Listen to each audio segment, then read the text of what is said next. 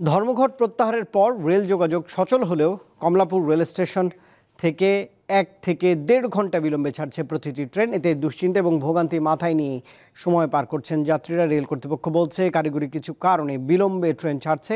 স্বাভাবিক হতে সময় লাগবে আরও 2 থেকে 1 দিন।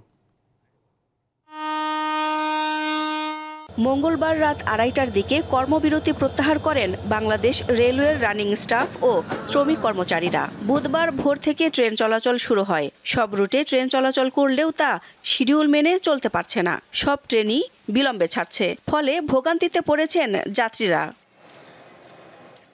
তবে কমলাপুর রেলওয়ে স্টেশনে যাত্রীদের তেমন ভিড় দেখা যায়নি। অনেকেই ধর্মঘট প্রত্যাহারের বিষয় জানেন না। যারা জানেন তারাই স্টেশনে গেছেন। আমি সকালে শুনলাম কি যে আজকে ট্রেন চলবে, তো আমার যাওয়ার প্ল্যানিং ছিল কি যে যদি সকালে শুনি যে ট্রেন চলবে না তাহলে বাসায় চলে যাব।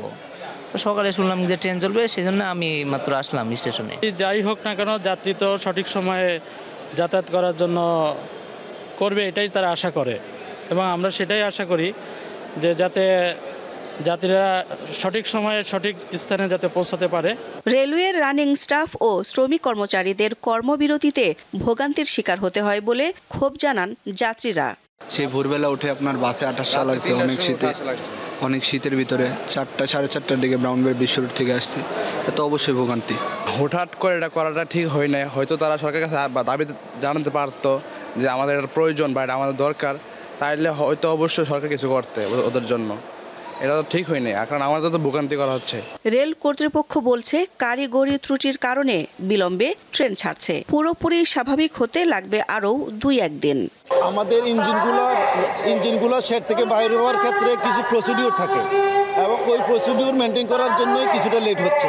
তিনি জানান, পারাবত এক্সপ্রেস 4 ঘন্টা বিলম্ব হলেও অন্যান্য ট্রেনের যাত্রা 1 থেকে 1.5 ঘন্টা দেরিতে হয়েছে। ট্র্যাক ব্যালেন্সের কারণে নির্দিষ্ট সময়ে ছাড়তে পারছে না ট্রেন।